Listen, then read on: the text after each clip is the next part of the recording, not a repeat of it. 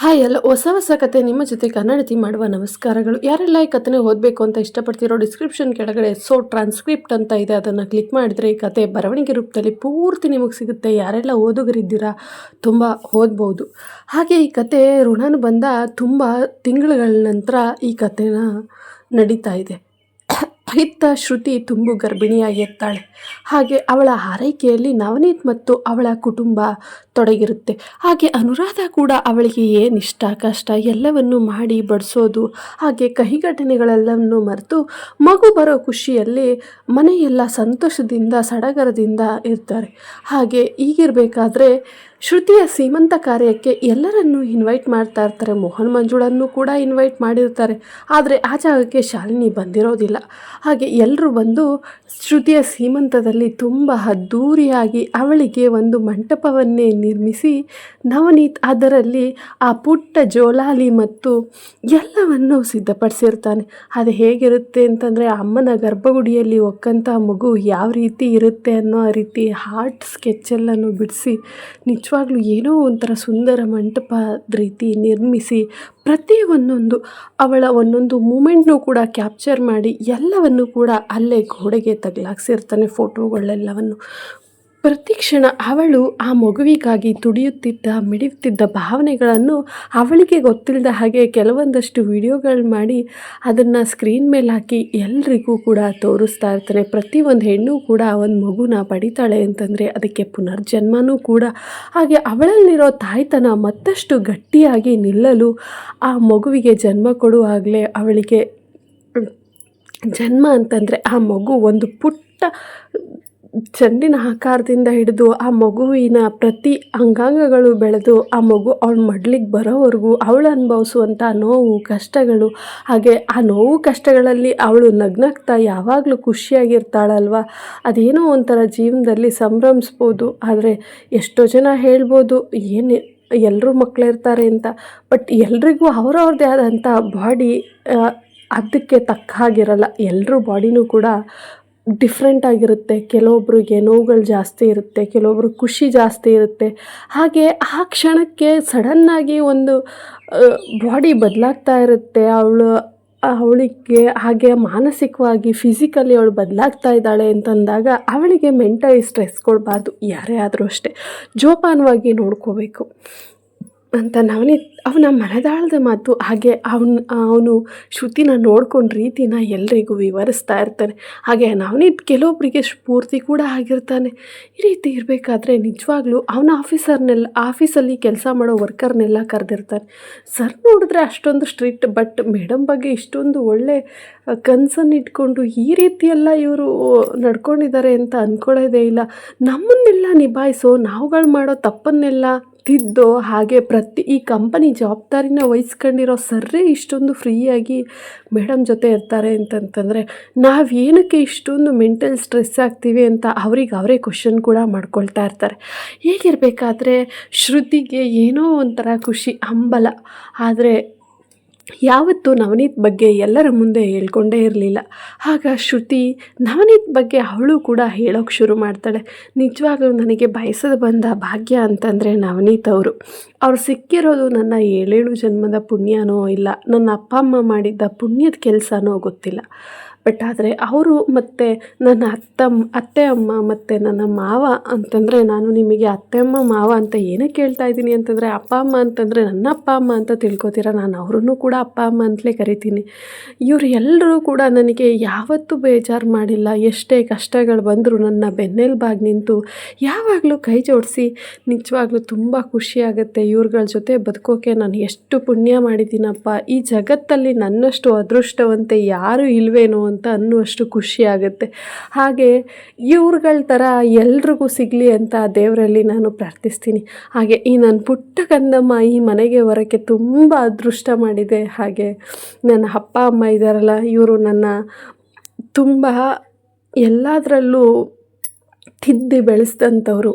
ಇವತ್ತು ಈ ಮಟ್ಟಕ್ಕೆ ಈ ಮನೇಲಿ ನಾನು ಇಷ್ಟು ಖುಷಿಯಾಗಿ ಬಾಳ್ತಾ ಇದ್ದೀನಿ. ಹಾಗೆ ಅವರು ಕೂಡ ನನ್ನಿಂದ ಖುಷಿಯಾಗಿದ್ದಾರೆ ಅನ್ನೋದಕ್ಕೆ ಕಾರಣ ನನ್ನ ಅಪ್ಪ ಅಮ್ಮ.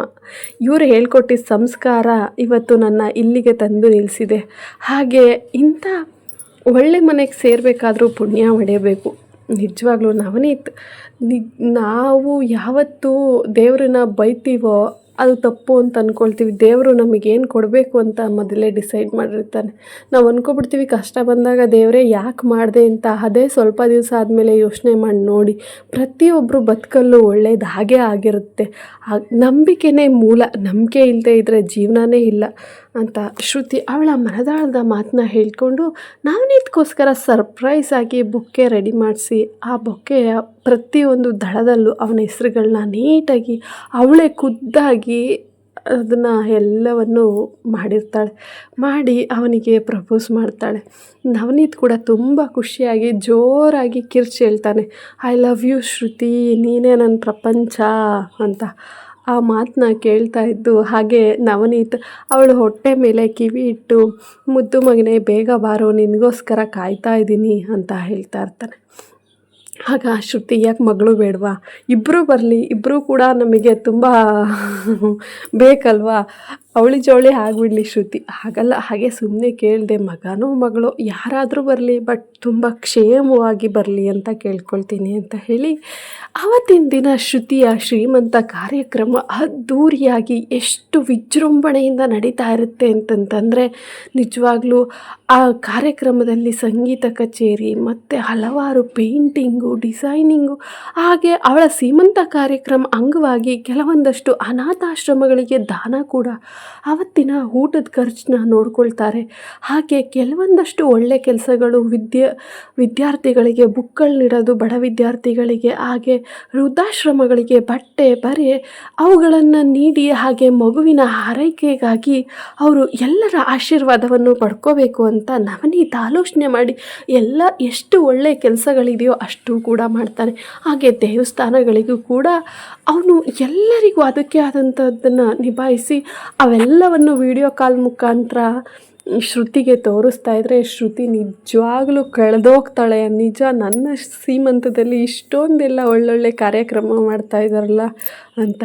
ಅದನ್ನು ನೋಡಿದಂಥ ಜನರು ಕೂಡ ನವನೀತ್ನ ಇನ್ಸ್ಪಿರೇಷನಾಗಿ ತೊಗೊಂಡು, ನಿಜ ಒಳ್ಳೆ ಕೆಲಸ ಮಾಡ್ತಾಯಿದ್ದಾರೆ, ದುಡ್ಡು ಒಂದಿದೆ ಅಂತ ಇಷ್ಟ ಬಂದಂಗೆ ಖರ್ಚು ಮಾಡೋದಕ್ಕಿಂತ ಹೆಚ್ಚಾಗಿ ಈ ಥರ ಒಳ್ಳೆ ಕೆಲಸ ಮಾಡಿದ್ರೂ ಕೂಡ ಎಷ್ಟೋ ಜನಕ್ಕೆ ಉಪಯೋಗ ಕೂಡ ಆಗುತ್ತೆ ಅಲ್ವಾ. ನೋಡಿ ಸರ್, ಎಷ್ಟೊಂದು ಒಳ್ಳೆ ಕೆಲಸ. ಹಂಗೆ ಅಂಗವಿಕಲರಿಗೆ ಅವ್ರದ್ದೇ ಆದಂಥ ಗಾಡಿಗಳನ್ನ ಕೊಡಿಸೋದು, ಎಷ್ಟು ಅಂತಂದ್ರೆ ಪ್ರಪಂಚದಲ್ಲಿ ಎಷ್ಟು ಒಳ್ಳೆ ಕೆಲಸಗಳಿದಾವೋ ಅಷ್ಟು ಒಳ್ಳೆ ಕೆಲಸ ಮಾಡೋಕ್ಕೆ ನವನೀತ್ ಸದಾ ಸಿದ್ಧನಾಗಿರ್ತಾನೆ. ಹೆಂಡತಿ, ಮಗು, ಅಪ್ಪ ಅಮ್ಮ, ಅತ್ತೆ ಮಾವನ ಪ್ರಪಂಚ ಮಾಡಿಕೊಂಡು, ಹಾಗೆ ಆಫೀಸಲ್ಲಿರೋ ವರ್ಕರ್ಸ್ನ ಯಾವತ್ತೂ ಕೀಳಾಗಿ ನೋಡ್ದೇ ಒಬ್ಬ ಒಳ್ಳೆ ವ್ಯಕ್ತಿಯಾಗಿ ಬೆಳೀತಾ ಇರ್ತಾನೆ. ಇದನ್ನು ನೋಡಿದ ಅದ್ವೈತ್ಗೆ ಸ್ವಲ್ಪ ಕೋಪ ಬಂದಿರುತ್ತೆ. ಯಾಕೆ ಅಂತಂದರೆ ಎಲ್ಲರೂ ಅವನನ್ನು ಹೊಗಳ್ತಾ ಇರ್ತಾರೆ. ಅದ್ವೈತು ಈ ರೀತಿ ಆಲೋಚನೆಗಳು ಕೂಡ ಅವನಿಗೆ ಬಂದಿರೋದಿಲ್ಲ. ಅವನೆಷ್ಟಾಯಿತೋ ಆ ರೀತಿ ನಡ್ಕೊಂಡಿರ್ತಾನೆ. ಇದನ್ನು ಅವನು ಪೇಪರ್ ಮತ್ತು ಟಿ ವಿಯ ನ್ಯೂಸಲ್ಲಿ ನೋಡ್ತಾ ತುಂಬ ಕೋಪಗೊಳ್ತಾನೆ. ಹಾಗೆ ಬಿಡೋ, ಚಿಕ್ಕ ವಯಸ್ಸಲ್ಲೇನೋ ಈ ರೀತಿ ಮಾಡ್ತಿದ್ದೆ, ಮತ್ತೆ ಹೀಗೆ ಮಾಡೋದು ಸರಿ ಇಲ್ಲ ಅಂತ ಇನ್ನೊಂದು ಕ್ಷಣ ಯೋಚನೆ ಮಾಡಿ ಆ ಕೋಪನ ಅಲ್ಲಿಗೆ ನಿಲ್ಲಿಸ್ತಾನೆ. ಈ ಕಾರ್ಯಕ್ರಮ ಮುಗಿದ ಕೆಲವು ದಿನಗಳ ನಂತರ ಶ್ರುತಿನ ಹಾಸ್ಪಿಟ್ಲಿಗೆ ಅಡ್ಮಿಟ್ ಮಾಡ್ತಾರೆ, ಡೆಲಿವರಿಗೆ ಅಂತ. ಅಡ್ಮಿಟ್ ಮಾಡಿ ಇತ್ತ ಅಪ್ಪ ಅಮ್ಮ, ಅತ್ತೆ ಮಾವ, ನವನೀತ್ ಎಲ್ಲರೂ ಒದ್ದಾಡ್ತಾ ಇರ್ತಾರೆ. ಯಾವಾಗ ಡೆಲಿವರಿ ಆಗುತ್ತೋ ಏನೋ, ಎತ್ತು ಶ್ರುತಿ ಬಗ್ಗೆ ಅಂತ. ಆಗ ಡಾಕ್ಟರ್ ಹೇಳ್ತಾರೆ, ನವನೀತ್ ಅವರೇ, ನೀವು ಒಳಗಡೆ ಬನ್ನಿ, ಈ ಡ್ರೆಸ್ ಚೇಂಜ್ ಮಾಡಿ ಹಾಸ್ಪಿಟಲ್ಲಿರೋ ಈ ಡ್ರೆಸ್ಗಳನ್ನ ಹಾಕ್ಕೊಂಡು ನೀವು ಒಳಗಡೆಗೆ ಬಂದು ಶ್ರುತಿಯವರಿಗೆ ಧೈರ್ಯ ಹೇಳಿ. ಹಾಗೆ ನೀವು ಜೊತೆಗಿದ್ದರೆ ಅವರಿಗೆ ಡಬಲ್ ಧೈರ್ಯ ಅನಿಸುತ್ತೆ. ಯಾಕೋ ನವನೀತ್ ಅಂತ ತುಂಬ ಮಾತಾಡ್ತಾಯಿದ್ರು ನಿಮ್ಮ ಬಗ್ಗೆ, ಏನೇ ಕೇಳಿದ್ರು ನಿಮ್ಮ ಬಗ್ಗೆನೇ ಮಾತಾಡ್ತಾ ಇದ್ದಾರೆ, ಬನ್ನಿ ಅಂತ ಹೇಳಿ ನವನೀತ್ ಒಳಗಡೆ ಹೋಗ್ತಾನೆ. ಶ್ರುತಿನ ಕೈನ ಬಿಗಿಯಾಗಿ ಅಪ್ಕೊಂಡು ಅವಳ ಹಣೆಗೆ ಮುತ್ತಿಟ್ಟು, ನಾನಿದ್ದೀನಮ್ಮ, ನಿನಗೆ ಏನೂ ಆಗಲ್ಲ, ನಾನು ಇರಬೇಕಾದ್ರೆ ಈ ಜೀವನದಲ್ಲಿ ನಿನಗೆ ಕಿಂಚಿತ್ತೂ ತೊಂದರೆ ಆಗೋಗ್ಬಿಡಲ್ಲ ಅಂತ ಹೇಳ್ತಾ ಅವಳಿಗೆ ಅವನದೇ ಆದಂಥ ರೀತಿಯಲ್ಲಿ ಅವಳಿಗೆ ತಲೆ ಸಾವರ್ತಾ ಏನೋ ಮುದ್ದು ಮಾಡೋ ರೀತಿ, ಅವಳಿಗೆ ನಿಜವಾಗ್ಲೂ ಡೆಲಿವರಿ ಪೇಯ್ನೇ ಗೊತ್ತಾಗದೇ ಇರೋ ರೀತಿ ಅವನು ನೋಡ್ಕೋತಾ ಇರ್ತಾನೆ. ಬಟ್ ಆದರೂ ವಿಧಿ ಏನಪ್ಪ ಅಂತಂದರೆ, ಎಷ್ಟೇ ಮುದ್ದಾಗಿ ನೋಡಿಕೊಂಡ್ರೂ ಆ ನೋವುಗಳು ಬಂದೇ ಬರ್ತವೆ. ಶ್ರುತಿ ತುಂಬ ಒದ್ದಾಡ್ತಾ ಇರ್ತಾಳೆ, ಆಗ್ತಿಲ್ಲ ನವನೀತ್ ಅವರೇ, ನನಗೆ ತುಂಬ ಹೊಟ್ಟೆ ನೋವಾಗ್ತಿದೆ ಅಂತ. ಶ್ರುತಿ ಆವಾಗ ನವನೀತ್ ಕಣ್ಣಂಚಲ್ಲಿ ನೀರು ಹರಿತಾ ಇರುತ್ತೆ. ಅದನ್ನು ನೋಡಿದಂಥ ಶ್ರುತಿ ತನಗೆ ತಾನೇ ಧೈರ್ಯ ತಂದ್ಕೋತಾಳೆ, ನನ್ನಿಂದ ನವನೀತ್ ಅಳೋದು ಬೇಡ. ಯಾಕಂದರೆ ನವನೀತ್ ಯಾವಾಗಲೂ ಅಷ್ಟೊಂದೇನು ಹತ್ತಿರಲಿಲ್ಲ. ಶ್ರುತಿ ಸಿಗಲ್ಲ ಅಂತ ಗೊತ್ತಿದ್ದಾಗ ಮಾತ್ರ ಹತ್ತಿದ ವ್ಯಕ್ತಿ ಮತ್ತೆ ಇವತ್ತು ಅವಳು ನೋವು ಪಡೋದನ್ನ ನೋಡಿ ಅಳ್ತಾ ಇದ್ದಾನೆ ಅಂತಂತ ಅಂತಂದಾಗ ಅವನಿಗೆ ಆ ಮಗು ಬರುತ್ತೆ ಅನ್ನೋ ಖುಷಿಗಿಂತ ನನ್ನ ಹೆಂಡತಿ ಇಷ್ಟೊಂದು ಕಷ್ಟಪಡ್ತಾ ಇದ್ದಾಳಲ್ಲ ಅಂತನ್ನೋ ನೋವು ಅವನ ಮನದಾಳದಲ್ಲಿ ಚುಚ್ಚಿ ಚುಚ್ಚಿ ಸಹ ಒಂಥರ ಹಿಂಸೆ ಅನ್ನಿಸ್ತಾ ಇರುತ್ತೆ. ಆವಾಗ ನನ್ನಮ್ಮ ಕೂಡ ಇದೇ ರೀತಿ ನೋವು ಪಟ್ಟಿದ್ಲೇನೋ ಅಲ್ವಾ, ನಾನು ಅವಳಿಗೆ ಯಾವತ್ತೂ ಬೇಜಾರು ಮಾಡಬಾರ್ದು ಅಂತ ಆ ಕ್ಷಣದಲ್ಲೂ ಕೂಡ ಆಲೋಚನೆ ಮಾಡಿ ಶ್ರುತಿಯ ಎರಡೂ ಕೈಗಳನ್ನು ಅವನು ಇಟ್ಕೊಂಡು ಅವಳಿಗೆ ಏನಾಗಲ್ಲಮ್ಮ, ನಾನಿದ್ದೀನಿ, ನೀನು ನೋವು ಪಡಬೇಡಮ್ಮ, ಅಳಬೇಡ, ನೀನು ಇರೋ ಅಂತ. ನಾನು ಎಲ್ರಿ ಅಳ್ತಾ ಇದ್ದೀನಿ, ನೀವೇ ತಾನೇ ಅಳ್ತಾ ಇರೋದು, ಅಳೋದನ್ನು ನಿಲ್ಲಿಸಿ ಅಂತ ಹೇಳ್ತಾಳೆ. ಆಗ ಶ್ರುತಿಗೆ ಗಂಡು ಮಗುವಿನ ಜನನವಾಗುತ್ತದೆ. ಅದನ್ನು ನೋಡಿ ಸಂಭ್ರಮಿಸಿ ಶ್ರುತಿ ಕೂಡ ನೋವು ಕೂಡ ಕಡಿಮೆ ಆಗುತ್ತೆ. ಶ್ರುತಿಗೆ ಆ ಮಗುವನ್ನು ತೋರಿಸಿ ಶ್ರುತಿ ಆ ಮಗುವಿನ ಹಣೆಗೆ ಮುತ್ತಿಟ್ಟು ಹಾಗೆ ಆ ಮಗುನ ಎತ್ಕೊಂಡು ಬಂದು ಹೊರಗಡೆ ಇರುವ ಅಪ್ಪ ಅಮ್ಮ ಅತ್ತೆ ಮಾವನಿಗೆಲ್ರಿಗೂ ತೋರಿಸ್ತಾರೆ, ಖುಷಿ ಕೂಡ ಪಡ್ತಾರೆ. ಹಾಗೆ ಇತ್ತ ಶ್ರುತಿ ಮಗುವನ್ನು ಡಾಕ್ಟರ್ ಮತ್ತೆ ಒಳಗಡೆ ಕರ್ಕೊಂಡೋಗಿ ಫೀಡಿಂಗ್ ಮಾಡಿಸ್ತಾ ಇರ್ಬೇಕಾದ್ರೆ ಇತ್ತ ಶಾಲಿನಿಯ ಕುಟುಂಬ ಕೂಡ ಅಂದರೆ ಅದ್ವೈತ್, ಮೋಹನ್, ಮಂಜುಳಾ ಅವರು ಕೂಡ ಈ ಕಡೆ ಪಕ್ಕದ ವಾರ್ಡಲ್ಲೇ ಇರ್ತಾರೆ. ಆಗ ಅದೇ ವಾರ್ಡ್ಗೆ ಶ್ರುತಿನ ಶಿಫ್ಟ್ ಮಾಡ್ತಾರೆ. ಮೋಹನ್ ಮಂಜುಳಾನ ನೋಡಿ ನಾರಾಯಣಗೌಡರು ಮತ್ತು ಸುಲೋಚನಾ ಏನು ನೀವಿಲ್ಲಿ ಅಂತ ಕೇಳ್ತಾರೆ. ನನ್ನ ಸೊಸೆಗೆ ಡೆಲಿವರಿ ಆಗ್ತಾಯಿತ್ತು, ಅದಕ್ಕೆ ಬಂದಿದ್ದು ಅಂತ. ಎಲ್ಲಿ ನಿಮ್ಮ ಸೊಸೆ ಅಂತ ಹೇಳಿ ಅಂದರೆ ಮೋಹನ್ ಮಂಜುಳಾನ ಸುಲೋಚನಾ ಕೇಳ್ತಾರೆ. ಅವಳು ಏನೇ ಮಾಡಿದರೂ ಅವಳು ಈ ಟೈಮಲ್ಲಿ ನೋಡಬೇಕು ಅನ್ನೋ ಅವರ ಆಲೋಚನೆಗಳು ತುಂಬ ಆಳವಾಗಿರ್ತವೆ.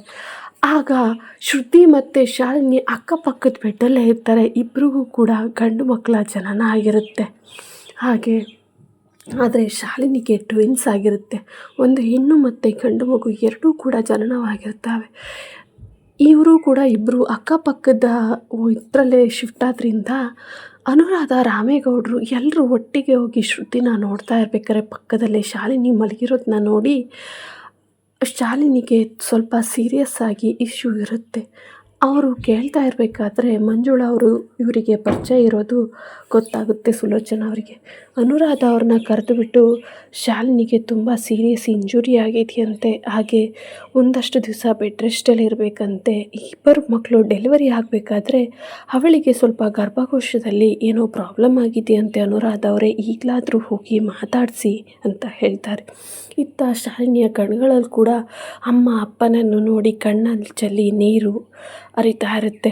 ಆವಾಗ ಅದ್ವೈತ್ ಏನಾಯಿತು, ಯಾಕೆ ಅಳ್ತಿದ್ದೀಯ ಶಾಲಿನಿ, ಅಳಬೇಡ, ಸುಮ್ಮನೆ ಇರು ಅಂತ ಕಣ್ಣಂಚಲ್ಲಿ ನೀರನ್ನ ನಾನಿದ್ದೀನಿ, ಏನಕ್ಕೆ ಅಳ್ತಾ ಇರೋದು ನೀನು, ಅಳಬಾರ್ದು, ಈ ಟೈಮಲ್ಲಿ ಹತ್ರ ಒಳ್ಳೆಯದಲ್ಲ, ಇಬ್ಬರು ಮಕ್ಕಳನ್ನ ನೋಡ್ಕೋಬೇಕು, ಫೀಡ್ ಮಾಡಬೇಕು, ಅದ್ರ ಜೊತೆಗೆ ನೀನು ಈ ರೀತಿ ಅಳೋದು ಅಷ್ಟು ಚೆನ್ನಾಗಿರಲ್ಲ ಅಂತ ಹೇಳ್ತಾರೆ. ಅದನ್ನು ನೋಡ್ತಾ ಇದ್ದಂಥ ಎತ್ತ ಅಪ್ಪ ಅಮ್ಮ ಅವಳು ಮಾಡಿದ ತಪ್ಪನ್ನೆಲ್ಲ ಮರೆತು ಅವಳ ಆ ಸ್ಥಿತಿಯಲ್ಲಿ ನೋಡಿ ಅವ್ರ ಮನಸ್ಸುಗಳು ಕರಗಿ ಅವಳನ್ನು ಮಾತಾಡ್ಸೋಕೆ ಮುಂದಾಗ್ತಾರೆ. ಹಾಗೆ ಅವಳನ್ನು ಮಾತಾಡಿಸ್ತಾ ಇರ್ತಾರೆ. ಶಾಲಿನಿ ಏನೂ ಮಾತಾಡದೆ ಅಳ್ತಾ ಇರ್ತಾಳೆ. ಆಗ ಮೋಹನ್ ಮಂಜುಳಾ, ಯಾರು ಇವರು, ಯಾಕೆ ಅಳ್ತಾ ಇದೆಯಾ ಶಾಲಿನಿ, ಏನಾಗಬೇಕು ನಿಮಗೆ ಇವರು ಅಂತಾರೆ. ಆಗ ಅಲ್ಲೇ ಇದ್ದ ಸುಲೋಚನಾ ಮತ್ತು ನಾರಾಯಣಗೌಡರು ಇರೋ ವಿಚಾರಗಳನ್ನು ಬಿಡಿಸಿ ಹೇಳ್ತಾರೆ. ಆಗ ಅದ್ವೈತ್, ದಯವಿಟ್ಟು ನನ್ನನ್ನು ಕ್ಷಮಿಸಿ ಮಾವ, ಅತ್ತೆ, ಇವಳು ಅವತ್ತು ಬಂದಿರಲಿಲ್ಲ, ನಾನೇ ಇವಳನ್ನು ಕಿಡ್ನಾಪ್ ಮಾಡಿದ್ದು, ಯಾಕಂದರೆ ನಾನು ಇವಳು ಪ್ರೀತಿಸ್ತಾ ಇದ್ದು, ನನಗೆ ಇವಳನ್ನು ಬಿಟ್ಟು ಬದುಕೋ ಶಕ್ತಿ ಇರಲಿಲ್ಲ, ನೀವು ಇವಳನ್ನು ತಪ್ಪಾಗಿ ತಿಳ್ಕೊಬೇಡಿ, ಒಮ್ಮೆ ಕ್ಷಮಿಸಿ, ನಮ್ಮನ್ನು ಕೂಡ ನಿಮ್ಮಲ್ಲಿ ಒಬ್ಬರನ್ನಾಗಿ ನೋಡ್ಕೊಳ್ಳಿ ಅಂತ ಹೇಳ್ತಾನೆ. ಆಗ ಅಷ್ಟೇ ಹೇಳಿದಿದ್ರೆ ಏನೂ ಅಂದ್ಕೊಳ್ತಿರ್ಲಿಲ್ವೇನೋ, ಬಟ್ ರಾಮೇಗೌಡರು ಅನುರಾಧರ ಕಾಲಿಗೆ ಬಿದ್ದು ಅದ್ವೈತು ಮನಸಾರೆ ಕ್ಷಮೆ ಕೇಳಿ ನನ್ನ ಹೆಂಡತಿಯ ತಪ್ಪನ್ನು ಮನ್ನಿಸಿ, ನನ್ನಿಂದ ಆಗಿರೋ ತಪ್ಪಿದು, ಅವಳ ತಪ್ಪೇನಲ್ಲ, ಬಟ್ ಆದರೆ ನಿಮಗೆ ಅವಳು ಕರೆ ಕೂಡ ಮಾಡಿದ್ಲು, ನೀವು ಪಿಕ್ ಮಾಡಿದಾಗ ಅವಳು ಎಷ್ಟೋ ಸಮಯ ಹತ್ತಿದ್ದಾಳೆ, ನಾವು ನಿಮ್ಮನ್ನು ಯಾವತ್ತೂ ನೇರವಾಗಿ ನೋಡಿರಲಿಲ್ಲ, ದಯವಿಟ್ಟು ಕ್ಷಮಿಸಿ, ನನ್ನ ಹೆಂಡತಿಯನ್ನು ನಿಮ್ಮ ಮಗಳೆಂದು ಒಪ್ಪಿಕೊಳ್ಳಿ, ಅವಳಿಗೆ ಕಷ್ಟ ಸುಖ ತವರು ಮನೆ ಅಂತನ್ನೋದು ಅವಳಿಗೂ ಕೂಡ ಬೇಕು, ಇವತ್ತು ಮಾತಾಡೋರು ಯಾರೂ ಆಗಲ್ಲ, ನಮಗಾದರೂ ಅಷ್ಟೇ, ಬಟ್ ನೀವು ತುಂಬ ದೊಡ್ಡ ಮನಸ್ಸು ಮಾಡಿ ಇವತ್ತು ನಮ್ಮನ್ನು ಮಾತಾಡಿಸ್ತಾ ಇದ್ದೀರಾ, ಅದಕ್ಕೂ ಕೂಡ ಖುಷಿ ಆಗ್ತಾಯಿದೆ, ಇಲ್ಲಿ ನೋಡಿ ನಿಮ್ಮ ಮೊಮ್ಮಕ್ಕಳ ಮುಖ ನೋಡಿ ಆದರೂ ಇನ್ಮೇಲಾದರೂ ಖುಷಿಯಾಗಿರೋಣ ಅಂತ ಹೇಳಿ ಎಲ್ಲರೂ ಕೂಡ ಒಟ್ಟಿಗೆ ಹಾಸ್ಪಿಟಲಿಂದ ಕೆಲವು ದಿನಗಳ ನಂತರ ಡಿಸ್ಚಾರ್ಜ್ ಆಗಿ ಮನೆಗೆ ಹೋಗಿ ರಾಮೇಗೌಡರು ಮನೆಗೆ ಹೆಣ್ಮಕ್ಳು ಡೆಲಿವರಿ ಆದಮೇಲೆ ಹೋಗಿರೋದ್ರಿಂದ ಆ ಮನೆಯ ಸಂತಸ ಸಂಭ್ರಮ ಬಹಳ ದೊಡ್ಡ ಮಟ್ಟದಲ್ಲಿರುತ್ತೆ. ಹಾಗೆ ಆ ಮಗುವಿನ ನಾಮಕರಣಕ್ಕೆ ಮನೆ ಕೂಡ ತುಂಬ ಬ್ಯುಸಿಯಾಗಿ ಒಟ್ಟಾಗಿ ಮತ್ತು ತುಂಬ ಅರೇಂಜ್ಮೆಂಟ್ಸ್ಗಳಿಂದ ಕಂಗೊಳಿಸ್ತಾ ಇರುತ್ತದೆ.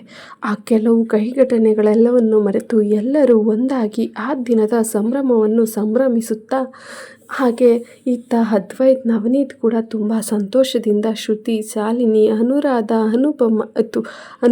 ನಾರಾಯಣಗೌಡರು, ಸುಲೋಚನಾ, ಮೋಹನ್, ಮಂಜುಳಾ ಎಲ್ಲರೂ ಒಟ್ಟಿಗೆ ಸೇರಿ ಸಂತೋಷದಿಂದ ಹಾಡು ಕುಣಿದು ಈ ದಿನ ತುಂಬ ಸಂಭ್ರಮಿಸಿ ಎಲ್ಲ ಒಟ್ಟಾಗಿ ಈ ಕತೆಗೆ ಶುಭಮ್ಮನ್ನು ಹೇಳುತ್ತಾರೆ.